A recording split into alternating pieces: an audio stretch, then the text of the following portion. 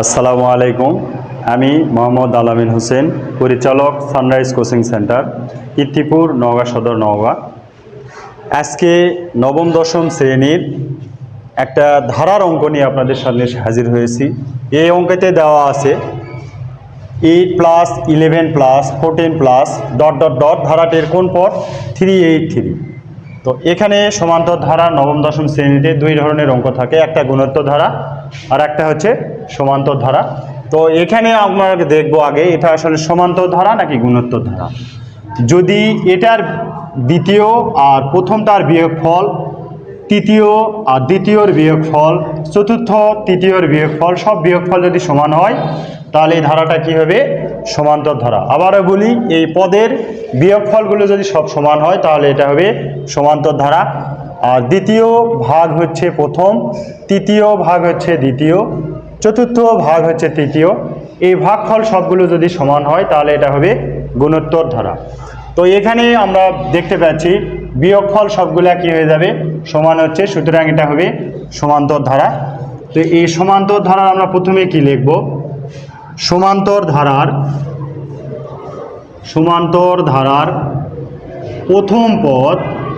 প্রথম পদকে আমরা এ দ্বারা প্রকাশ করি, ছোট অক্ষরের এ ইকুয়াল টু দেওয়া আছে কত? 8। সাধারণ অন্তর ছোট অক্ষরের ডি দ্বারা প্রকাশ করি। এই অন্তর সমান কি লেখা পারবো আমরা? দ্বিতীয় পদ বিয়োগ হচ্ছে প্রথম পদ। তাহলে 11 মাইনাস হচ্ছে 8, এটা সমান কত হবে? 3। তো এখানে কি করব? ধারাটির কোন পদ 383 ধরে নিব। ধরি ধারাটির এনতম পদ কত আছে? 383। তাহলে সমান্তর ধারার এনতম পদের সূত্র কি? শর্ত মতে সমান্তর ধারার এনতম পদের সূত্র হচ্ছে a+n-1 ইন্টু ডি। তাহলে এটাও এনতম পদ, এটাও কত? এনতম পদ। এইটা সমান 383।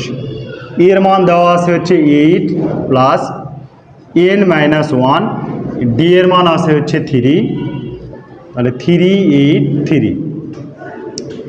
8 এখানে প্লাস অবস্থায় আছে, তাহলে n-1 ইন্টু 383। 8 যেহেতু প্লাস অবস্থায় আছে, ওই পারে তাহলে কী হয়ে যাবে? সমাধানে মাইনাস হয়ে যাবে। তাহলে এখানে n-1 ইন্টু 3, এটা বিয়োগ করলে আসবে 375, 375। এখানে n-1, 3টা গুণ অবস্থায় আছে, সমাধানের এ পারালে কী হয়ে যাবে?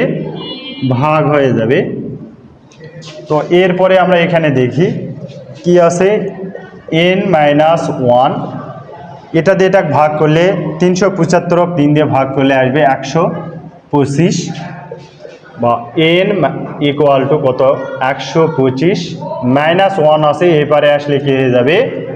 +1 হবে। অতএব n ইকুয়াল টু 126। প্রশ্নেতে দেওয়া ছিল ধারাটির কোন পদ 383। এখানে লিখব ধারাটির 126তম পদ 383, এটাই হবে অ্যান্সার। এভাবে সমান্তর ধারার যদি পদ বের করতে বলা হয় তাহলে এই নিয়মে করলে আমরা সকল অঙ্ক এই কোন পদ যদি বলে তাহলে নির্ণয় করতে পারবো। ধন্যবাদ।